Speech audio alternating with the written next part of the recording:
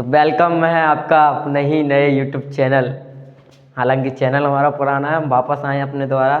ठीक है, वापस हम लौट कर आए हैं अपने ही चैनल पर और नया टॉपिक लेकर आए हैं। आज टॉपिक कुछ नहीं है, बस हम ये बताना चाहेंगे कि आप लोग भी सोच रहे हैं कि हमारे कम टाइम बचा है बोर्ड एग्ज़ाम के लिए। फरवरी में आपका एग्ज़ाम है और आपका जनवरी चल रहा है। ठीक है, तो आप भी चाहते होंगे कि हम अपनी प्रिपरेशन बिल्कुल मजबूत कर लें, हार्ड कर लें, हमें कहीं से भी नंबर मिलें, बिल्कुल परफेक्ट मिलें, कम टाइम है हमारे पास और हम ज़्यादा नंबर ले लें। तो ये वीडियो उन स्टूडेंट के लिए बहुत ही ज़्यादा इम्पोर्टेंट है जिन्होंने अभी तक कॉपियों को हाथ नहीं लगाया है। तो मैं चुटकी बजा कर कह रहा हूँ कि वो इतना सब कर ले, उसके नंबर आउट ऑफ आउट नहीं, लेकिन एक एवरेज नंबर ज़रूर आ जाएंगे ताकि वो अपनी मोहल्ले में अपनी इज्जत बचा सके, है ना। आप भी चाहते हैं कि हम कम से कम नहीं तो इतने नंबर ज़रूर लाएं कि हम कहीं पर ट्रोल नहीं किया जाए, हमारी कहीं बेइज्जती नहीं हो जाए। तो आप इतने नंबर ज़रूर ला सकते हैं। तो हम स्टार्ट करते हैं। अब आप कहोगे सर ये पूरा तो आपने सिलेबस लिख रखा है, क्या करना है क्या नहीं। तो वीडियो को ज़्यादा नहीं खींचूंगा मैं, जो बात है तुरंत के तुरंत मैं बताऊंगा आपको करना क्या है आपको। तो पहले हम समझ लेते हैं सिलेबस क्या है हमारे पास। सिलेबस देखिए, हमारी क्लास 12th की फिजिक्स को 2 पार्ट्स में डिवाइड कर दिया गया है, पार्ट्स ए पार्ट्स बी। ठीक है, भौतिकी 1 और भौतिकी 2 ऐसे करके बेटा।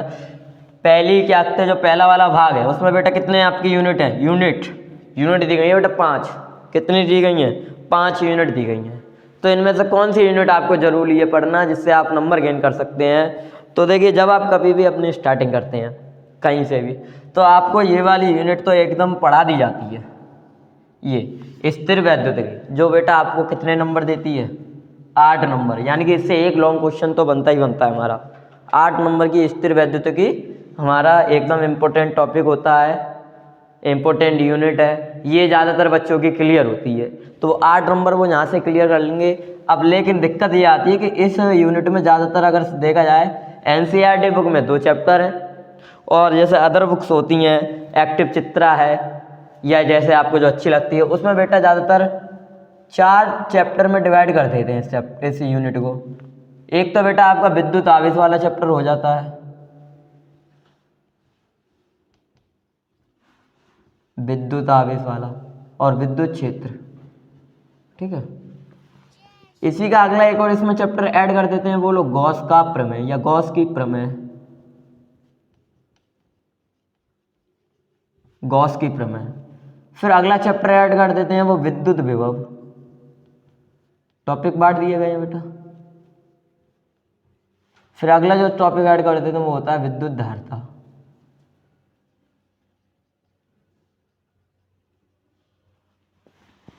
ठीक है, विद्युत आवेश और क्षेत्र, गॉस की प्रमेय, विद्युत विभव और धारिता, ये चैप्टर इस यूनिट में आपको दिए जाते हैं।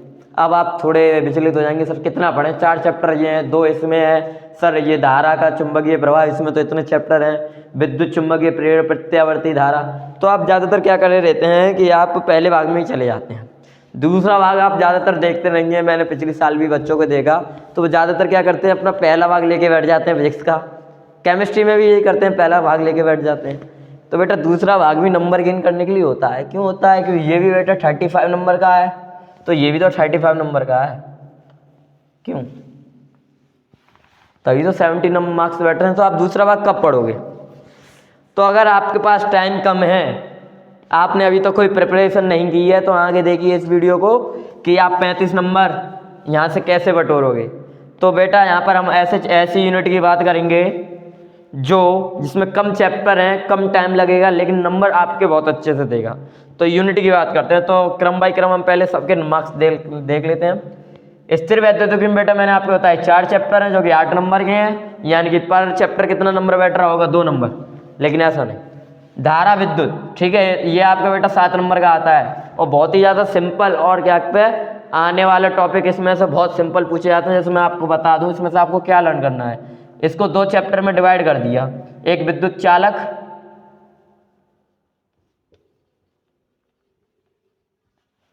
और एक सरल परपथ। इसमें सब हेडिंग ही हेडिंग दी गई है बेटा। ठीक है, सरल परपथ में आपको लर्न क्या करना है, तो ज़्यादा कुछ लर्न मत करो, लॉन्ग क्वेश्चन इससे जरूर बनता है। लॉन्ग क्वेश्चन क्या बनता है वो देखो। लॉन्ग क्वेश्चन ये बनता है बेटा, आपने सबने ये नियम जरूर याद कर लिए होंगे, किरचॉफ के नियम। आपने ये नियम, किरचॉफ के नियम जो 2 होते हैं बेटा, और ये लॉन्ग क्वेश्चन में पूछा सकता है क्योंकि इस साल यही रह गया। और साथ ही साथ इस चैप्टर से और क्या पूछ सकता है इस बार, व्हीटस्टोन सेतु। ये दोनों लॉन्ग क्वेश्चन के लिए आपको दावेदारी रखते हैं। इनमें से कोई एक 3 नंबर या 5 नंबर का क्वेश्चन आपको बोर्ड में देखने को मिल सकता है। तो यानी कि धारा विद्युत से आप कुछ ज़्यादा नहीं लर्न कर पाओ तो ये दोनों टॉपिक को पेपर से पहले जरूर देख लेना बेटा। अगर नहीं देखोगे तो आपकी दिक्कत हो सकती है, ठीक है। अब रही बात बेटा धारा का चुंबकीय प्रभाव, ये दिक्कत देगा आपको। क्यों? चैप्टर है 7, 8, 9, 10, ठीक है। 10 चैप्टर मतलब कि 4 चैप्टर हैं इस यूनिट में 8 नंबर के, यानी कि 2 चैप्टर हर एक पर मिल रहे हैं, 2 नंबर हर एक चैप्टर पे मिल रहे हैं। तो इस यूनिट को पढ़ने में आपको दिक्कत होगी। अब हम यहाँ से देख लेते हैं कि 8 में से हमारे लिए कुछ इंपॉर्टेंट जैसे कि चैप्टर होता है, इससे हर साल क्वेश्चन आता है गॉस की प्रमेय। हर साल इससे एक ना एक क्वेश्चन आता है, ठीक है, जो सबको पता है। तो यानी गॉस की प्रमेय से एक लॉन्ग क्वेश्चन तो बन ही रहा है 3 से लेके 5 नंबर का। तो यहाँ से इतना पक्का है, यहाँ से बेटा 5 नंबर ये पक्का है ना। अब इस चैप्टर में हम इस यूनिट की बात करते हैं। अगले यूनिट नंबर 4 विद्युत चुम्बकीय प्रेरण तथा प्रत्यावर्ती धारा, 8 नंबर की यूनिट ये भी है, 2 चैप्टर इसमें है, ठीक है। अगली यूनिट है बेटा यूनिट नंबर 5 विद्युत चुम्बकीय तरंगें, 4 नंबर की। और खास बात क्या है, यहाँ मैं स्टार बना दे रहा हूँ इन यूनिटों पर। खास बात यह है कि इसमें केवल एक ही चैप्टर है। खास बात ये है बेटा, इस यूनिट में केवल एक ही चैप्टर और लिमिटेड हेडिंग है। लिमिटेड हेडिंग का मतलब यानी कि 4 नंबर हमारे यहाँ से पक्के हैं, प्लस कोई न्यूमेरिकल इससे शायद ही पूछा जाता है। ये न्यूमेरिकल नहीं है बेटा इस चैप्टर में ज़्यादा। तो यानी कि ये तो हमारे पकड़ में नंबर हैं, 4 नंबर ये हमारे पक्के हैं। तो स्टार चैप्टर, स्टार यूनिट क्या है पहले भाग में से, तो स्टार यूनिट है बेटा आपकी धारा विद्युत। बड़ी नहीं है, आपको लगती है बड़ी, लेकिन बहुत सिंपल है। और स्थिर वैद्युतिकी में से गॉस की प्रमेय वाला चैप्टर, ये स्टार यूनिट बन जाएगी आपके। स्टार यूनिट का मतलब समझ रहे हो बेटा, कम टाइम में ज़्यादा नंबर। समझदार बनिए, ठीक है। तो अभी हमने इसमें स्टार यूनिट ली है।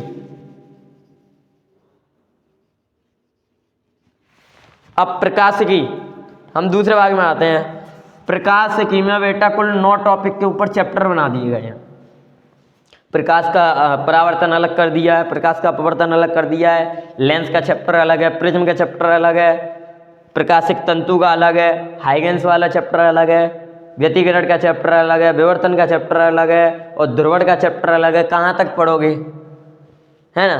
तो इसके लिए बेटा मैं आपके लिए एक अलग वीडियो बना दूंगा।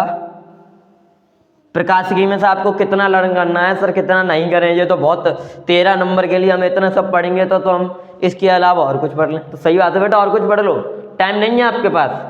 आपने जब तक कुछ कॉपी नहीं खोली है, बिना मेहनत किए आप नंबर चाह रहे हो, तो आपको कुछ ऐसी चीज़ देखनी होंगी कि टाइम कम लगे लेकिन हमें याद अच्छे हो जाए। और कहीं भी आप ध्यान रखना, कभी भी आप पढ़ना चाहोगे, कहीं भी अगर कहीं जाते हो तो बिना मेहनत के फल नहीं मिलता है बेटा आपको।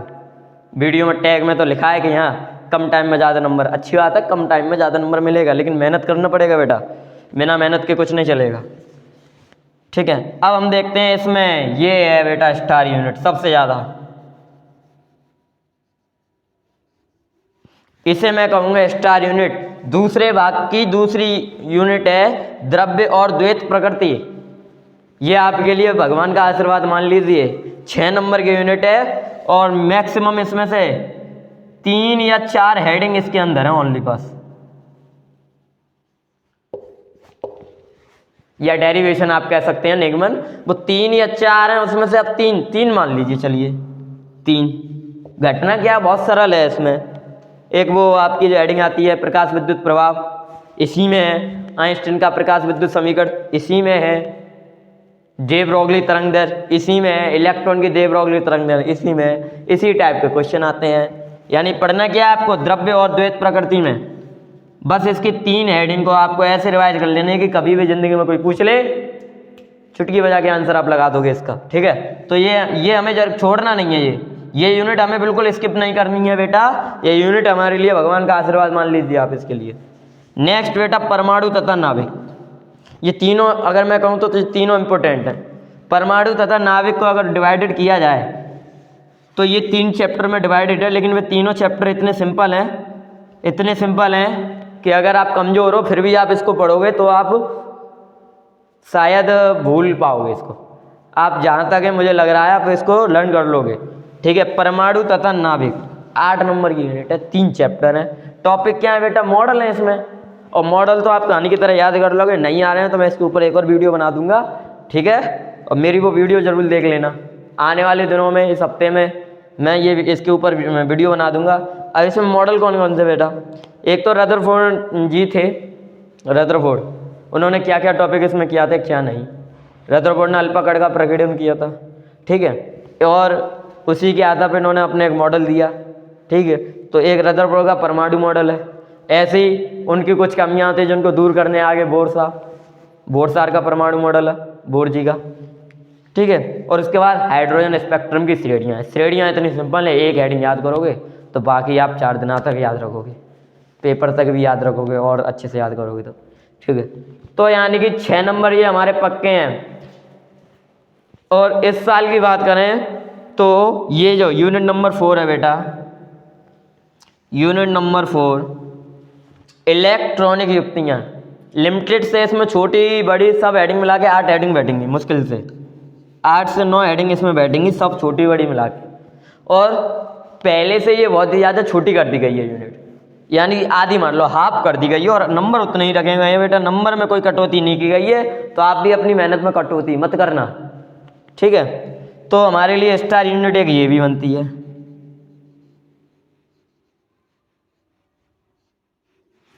अब कितने नंबर हम स्टार यूनिट से गेन कर सकते हैं? 8 नंबर हम यहाँ से पक्के मान लो आप, 6 नंबर ये हो गए आपके, कितने हो गए बेटा?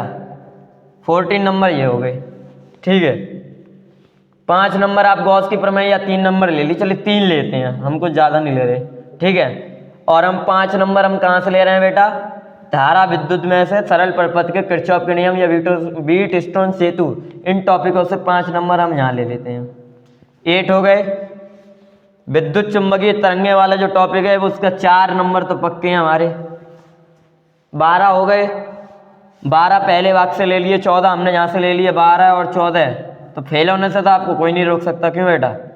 26 मार्क्स तो आपने यहीं बना लिए कम टाइम में, है ना। अब परमाणु तथा नाभिक कुछ तो याद करोगे, तो देखिए मैं अपने नेक्स्ट पेज में आपको कुछ बता रहा हूँ, ठीक है। मैं तब तक इसको साफ कर रहा हूँ, वो टॉपिक जरूर देखना भी। तो देखिए मैंने एक टेबल सी बनाई है आपके लिए, यहाँ पर मैंने एक क्रम लिखा है कि कैसे आपको क्या पढ़ना है, एक क्रम पढ़ने का तरीका, क्या चीज़ पहले पढ़ें और क्या सबसे लास्ट में पढ़ें।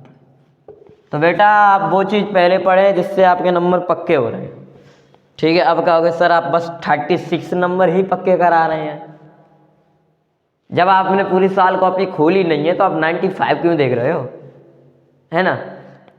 आप पहले 36 क्लियर कीजिए, आगे के नंबर बढ़ाने की गारंटी आपकी हो जाएगी, खुद अपने हाथों में ले लोगे आप 36 के लिए पढ़ लोगे तो आपको लगेगा ये तो कम है, अब आगे और पढ़ लूँ।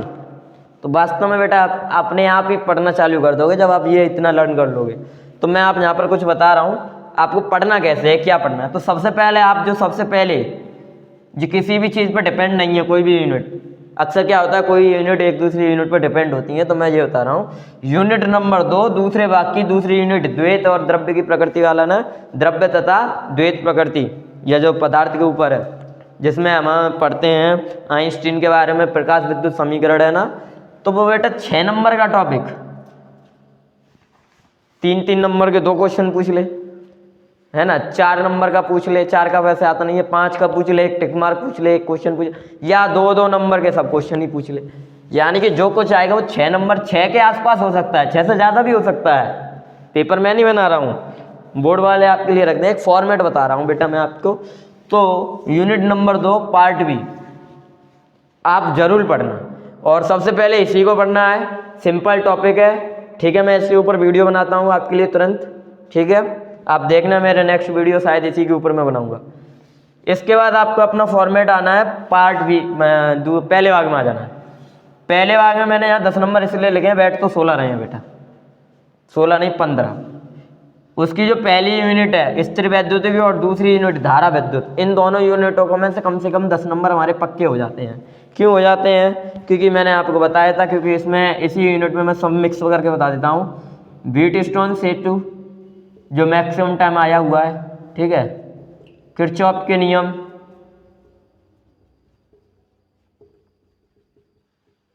गॉस की प्रमेय और इसके अनुप्रयोग हो सकते हैं बेटा। ये 4 टॉपिक हैं ना इनके, ये 4 टॉपिक हैं, ठीक है। और इन पर छोटी छोटी हेडिंगें होती हैं, जैसे कि क्या, कभी पूछ ले धारा अनुगमन वेग में संबंध, है ना, धारा अनुगमन वेग में संबंध। कभी आपके लिए पूछ ले, एक बड़ी हेडिंग और बता देता हूँ, शायद वो आ जाए, लेकिन वो ज़्यादा इम्पोर्टेंट नहीं है, लेकिन इम्पोर्टेंट से कम भी नहीं है। उस हेडिंग का नाम है ओम का नियम, लेकिन हाई स्कूल वाला नहीं करना बेटा। ओम को नियम को हमें सिद्ध करना है अनुगमन वेग के आधार पर।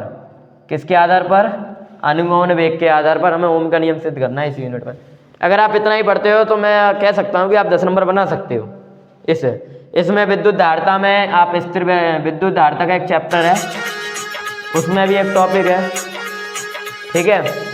तो आप इसको क्लियर कर लेना अच्छे से। पार्ट ए में हम चलते हैं, इसी में यूनिट नंबर 5 विद्युत चुंबकीय तरंगें, इलेक्ट्रोमैग्नेटिक वेव। विद्युत चुंबकीय तरंगें, इलेक्ट्रोमैग्नेटिक वेव 4 नंबर का टॉपिक है, सिंगल हेडिंग है मेरे अकॉर्डिंग, 4 नंबर यहाँ पक्के।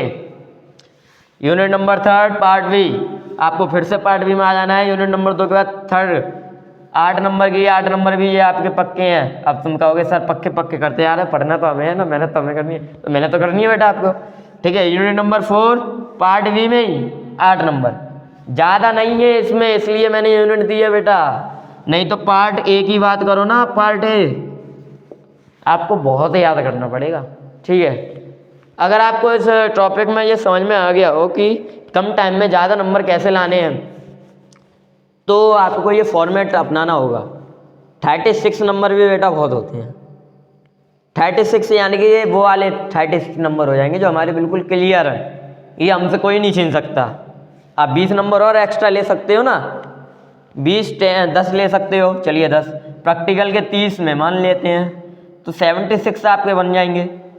अगर आप 20 नंबर और अच्छे से अपनी तरफ से गेन करते हो तो 86 बन जाएंगे।